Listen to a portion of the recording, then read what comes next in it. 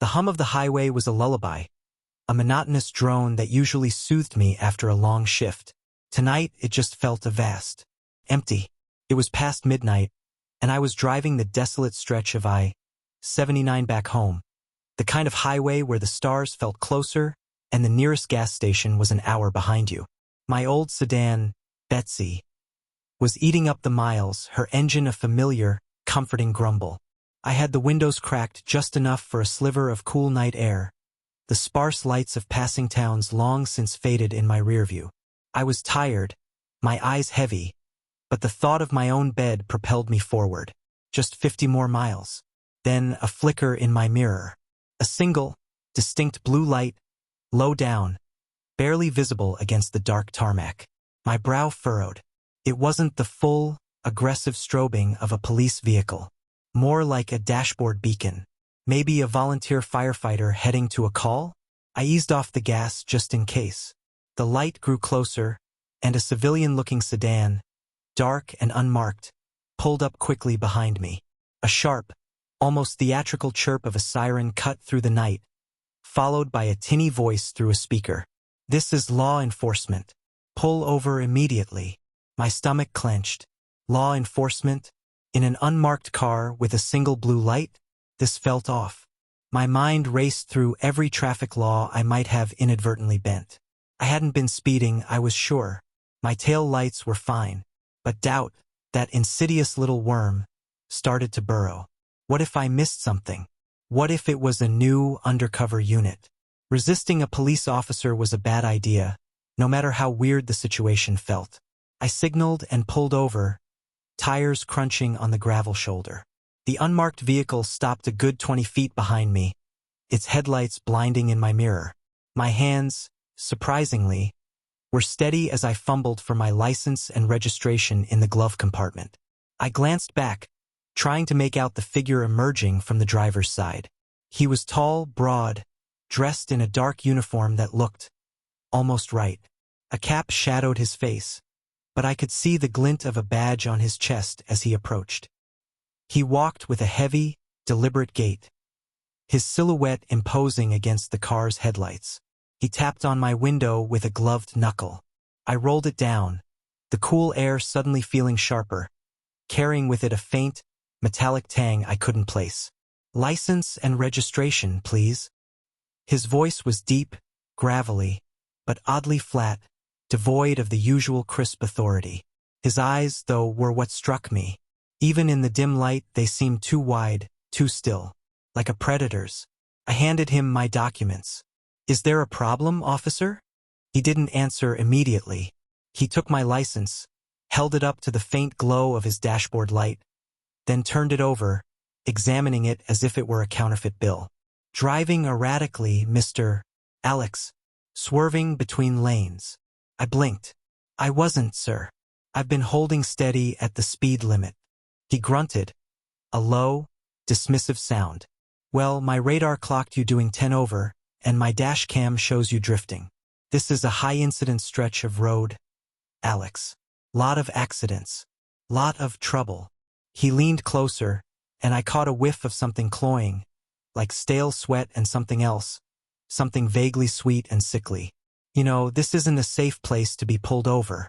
No streetlights. Bad cell service. For everyone's safety, I'm going to need you to move your vehicle to the old rest stop a quarter mile up the road. It's well lit, we can sort this out there." My gut screamed. An old rest stop? Well lit? There wasn't a well-lit anything for miles. The only rest stops I knew on this stretch were crumbling, abandoned relics. My heart hammered against my ribs. This was wrong. All wrong. "Couldn't we just handle it here, officer?" I tried to keep my voice even, but a tremor betrayed me. "I'm happy to step out here." He straightened, his shadow looming over me. "Are you refusing a lawful order, Alex?" His voice hardened, a menacing edge creeping in. "Or do you have something to hide? If you don't move, I'm going to have to consider that resisting, and things will get a lot more complicated for you." The threat was clear, unspoken yet palpable. My mind raced. If he was a real cop, refusing would land me in hot water. If he was fake, what then? My eyes darted to my phone on the passenger seat. No signal, of course. I was cornered. "No, sir," I managed, my voice thin. "No, I'm not refusing. I'll follow you." He gave a curt nod, an unsettling glint in his unreadable eyes. "Good boy. Now pull out and follow me. And don't try anything stupid." He turned and walked back to his dark sedan. I pulled out slowly, watching the single blue light ahead of me. It was so small, so unassuming, yet it held me utterly in its thrall. Every fiber of my being screamed at me to slam the accelerator and bolt, but the fear of the unknown, of a Real chase, of escalating this nightmare, kept my foot light on the gas.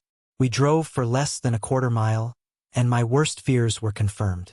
The rest stop was a dilapidated ruin, a concrete shell overgrown with weeds, its windows like vacant eyesores. No lights, just the oppressive darkness of the surrounding woods. He pulled in, stopping his car at an angle that blocked my exit, then cut his engine and killed his lone blue light, plunging us into deeper shadow. My hands gripped the steering wheel, knuckles white.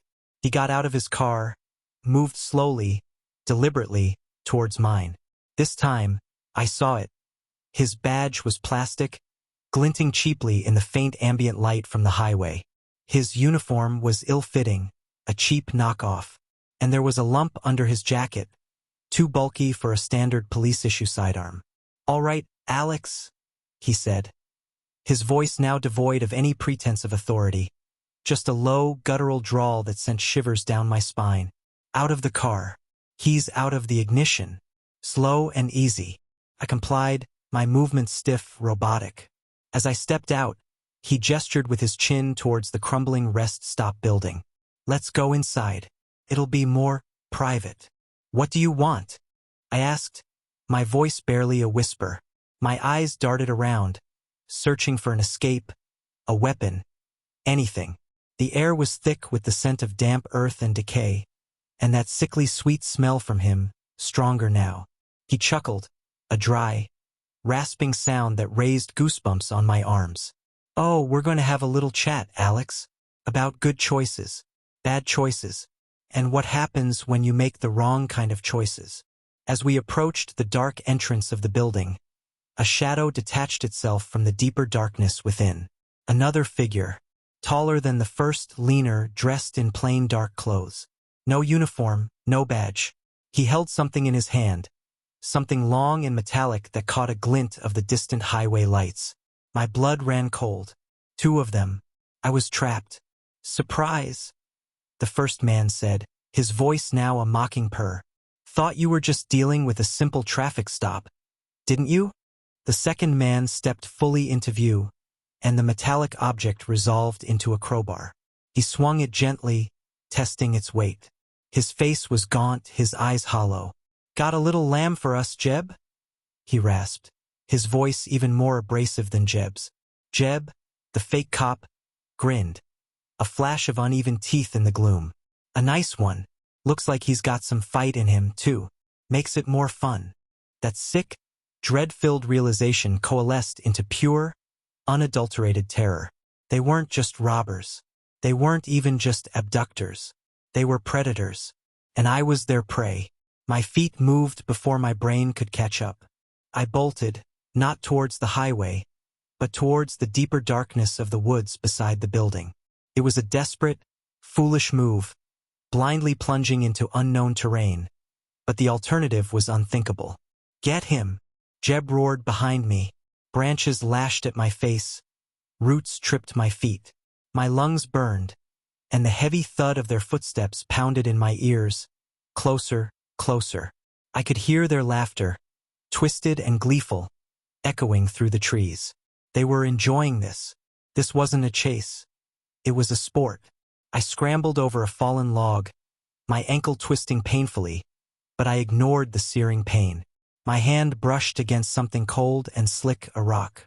My fingers closed around it, a small, desperate act of defiance. A powerful hand clamped onto my shoulder, spinning me around. It was the second man, the one with the crowbar. He was surprisingly fast. He raised the crowbar, a dark silhouette against the barely lighter sky, and I instinctively ducked, swinging the rock blindly. Connected with something solid, a sickening thud. The man yelped, a high-pitched cry of pain, and stumbled back. I didn't wait. I pushed past him, scrambling deeper into the woods, the undergrowth tearing at my clothes. "You little bitch!" Jeb's voice was a snarl of rage. "You're going to regret that." They were both after me now, their shouts and curses echoing. I could hear the branches snapping, their heavy breathing. My heart felt like it would explode from my chest. I just needed to put distance between us, find a road, anything. My foot caught on something, and I pitched forward, landing hard on my hands and knees. Pain shot through my palms as pebbles bit into them. I risked a glance back. 2 flashlights, powerful beams, lanced through the darkness, sweeping the woods. They were close, too close. Then, through the trees, a faint, almost imperceptible sound. A low rumble. Hope, sharp and desperate, surged through me. The highway. I pushed myself up, ignoring the throbbing pain in my ankle, and ran towards the sound, crashing through the brush. The rumble grew louder, accompanied by the swish of tires on asphalt. A truck. A truck. I burst out of the tree line, onto the gravel shoulder, just as a semi-truck roared past, its air horn blaring in a deafening salute to my sudden appearance. The flashlights from the woods stopped, momentarily frozen. "Help!" I screamed, waving my arms wildly at the vanishing truck's taillights. "Help me!" The truck was gone, but the brief, blinding flash of its headlights, the sheer noise it generated, had given me a precious few seconds. Jeb and the other man were still at the edge of the tree line, silhouetted against the distant glow of the highway, seemingly hesitant to emerge into the open. I didn't waste the opportunity. I started running down the shoulder, away from the rest stop, away from them, towards the faint glow of what I hoped was a town, or at least a gas station. My lungs were screaming, my ankle was a fiery torch, but I kept going. I dared not look back. Every shadow was a monster, every sound a pursuing footstep. Eventually, the faint lights coalesced into a blurry cluster. A 24-hour convenience store, its neon sign a beacon of salvation. I stumbled through the automatic doors, gasping, shaking, covered in dirt and scratches, my clothes torn. The lone clerk, a young guy with sleepy eyes, looked up, startled. "Whoa, what happened to you?" "Police?" I choked out, leaning against the counter, trying to catch my breath. "Fake cops. They tried to. The words caught in my throat, the horror of it all washing over me anew. "Just call the police.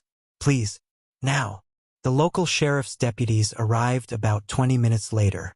They listened patiently, their faces grim, taking down my statement, noting my injuries.